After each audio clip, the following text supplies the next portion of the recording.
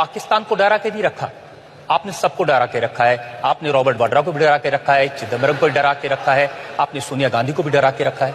आपको शायद याद होगा, शायद 2014 में आपकी अदालत में ऐसा ही एक सवाल आपने मुझे पूछा। हाँ, मैंने पूछा था। तब मैंने कहा था बिल्कुल डरना चाहिए। ये प्रधानमंत्री बनने के बाद नहीं कह रहा। और तब मैंने कहा था देश में जब पापियों का डर खत्म हो जाता है, भ्रष्टाचारियों का डर खत्म हो जाता है, गलत करने वालों का डर खत्म हो जाता है, तो वो देश खत्म हो जाता है। देश के लिए आवश्यक होता है जो आतंकवादी है, विघटनकारी है, उनको मेरी सेना का डर होना चाहिए, मेरे सुरक्षा बलों का डर होना चाहिए। जो भ्रष्ट आचरण करते हैं, बेईमानी करते हैं, उनको कानून का डर होना चाहिए। जो नीति विरुद्ध काम करते हैं, उनको नेक और नियत का डर होना चाहिए। और इसलिए ये डर अच्छा है और ये डर अच्छे के लिए है और ये डर अच्छों के लिए है।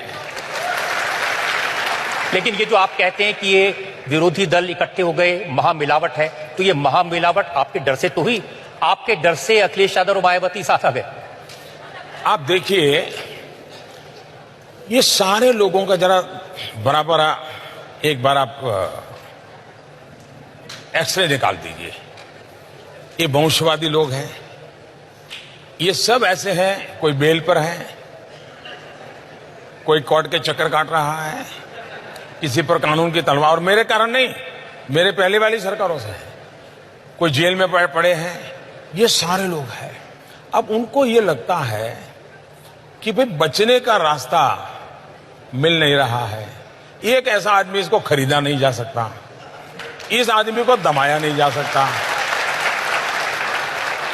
और ये तो सीधी लाइन में चलता है। अगर कानून में आप सही होगा तो आपको कोई नुकसान नहीं कर सकता, और आप गलत है तो कोई बचा नहीं सकता। ये उसूल पर चलने वाला इंसान है। जब तक इसको हटाएंगे नहीं, हमारा ये सारी मुसीबतों से मुक्ति नहीं होगी।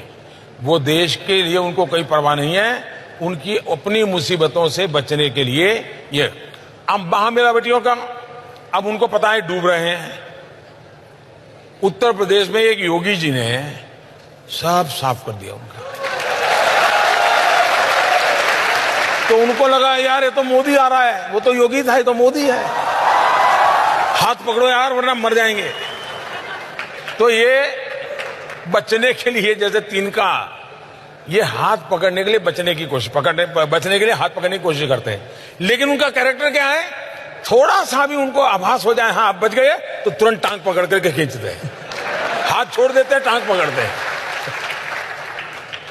अब कांग्रेस के नेता तो ये कह रहे हैं कि प्रियंका गांधी की एडवांस एंट्री हो गई आपकी डर की वजह से, मोदी वापस आ जाएगा। डर अच्छा है, लेकिन एक आदमी ऐसा है जो कहते हैं कि मैं मोदी से नहीं डरता। वो एक डायलॉग है ना, राहुल, नाम तो सुना होगा आपने।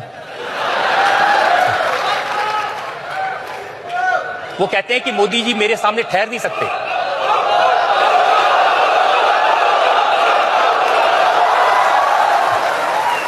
मैंने एक बार सुना था कि धरती कंप आ जाएगा।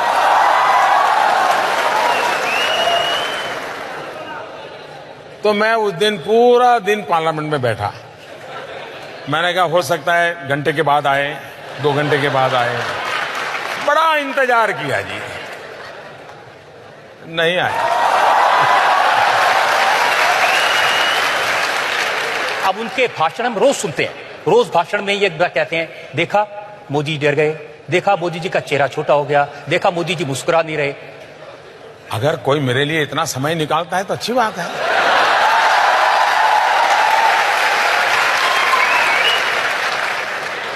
कोई तो है जो हम थके हुए वो कह रहा है, हम हमारी चिंता कर रहा है, अच्छी चीज है।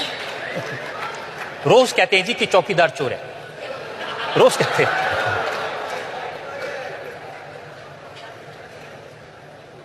आप बताइए,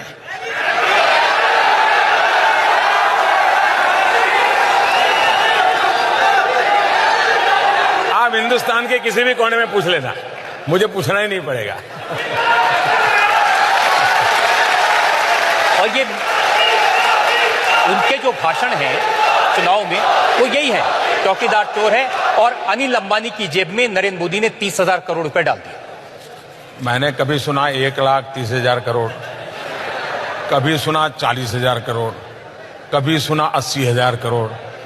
इतने आंकड़े बोलते गए हैं, पता नहीं अब वो कौन से वाला सही माने कौन से वाला गलत माने, कुछ समझ ही नहीं आ रहा है जी। एक आंकड़ा हमारे पास में है, वो मैं आपको वीडियो पे सुनाना चाहता हूं। गुजरात के एक उद्योगपति को आपने कितनी जमीन दी, ये आप सुनिए, आप भी आश्चर्यचकित रह जाएंगे।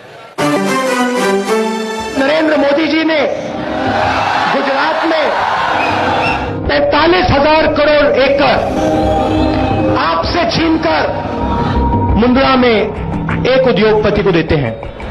मोदी जी की जमीन नहीं थी,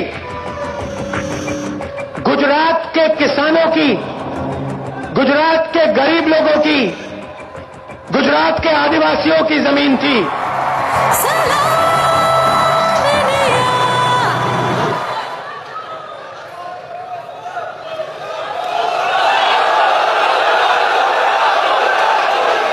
इन दिनों मैंने सुना है कोई एवेंजर फिल्म चल रही है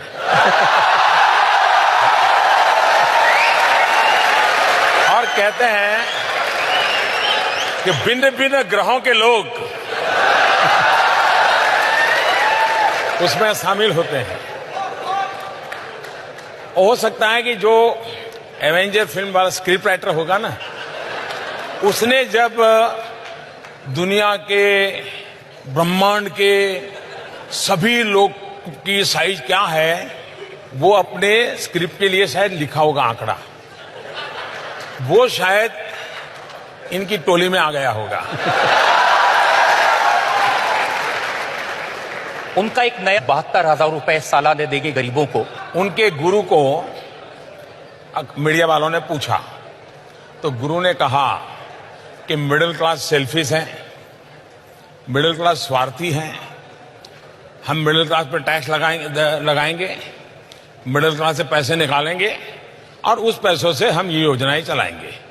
तो उनके जो गुरु है उन्होंने तो मिडिल क्लास को कैसे खत्म कर देंगे उसकी पूरी ब्लूप्रिंट बना करके रखी है जी। और वो 72,000 रुपए जब हम पूछते हैं कहां से लाएंगे, तो वो कहते हैं कि जो विजय माल्या, नीरव मोदी, ललित मोदी, ये जो पैसा लेके भाग गए हैं, उनसे पैसा लेके वो लोगों को दे देंगे। लेकिन परेशान तो वो भी हैं जो भागे। विजय माल्या कह रहे हैं कि मैंने 9,000 करोड़ रुपए लिए थे, मोदी जी ने 13,000 की मेरी संपत्ति जब्त कर दी, तो भी नहीं छोड़ रहे।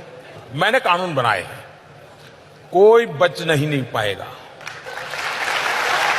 जो लूटा है देश का पाई पाई देना पड़ेगा और विदेशों में भी जेल में जाकर के रहना पड़ेगा, उनको यहां आना भी पड़ेगा, कोई बचा नहीं सकता है। और मिलकर जब्त की है, ऑक्शन करते चले जा रहे हैं, रुपए जमा होते जा रहे हैं, बैंकों को मिलते चले जा रहे हैं, कोई बचने वाला नहीं है जी। इसीलिए आपके लिए कहा है, चोर कांपे चमचे कांपे, चोर कांपे चमचे कांपे, कांपे हर गद्दार, देश का बच्चा बच्चा बोल रहा है मैं भी चौकीदार।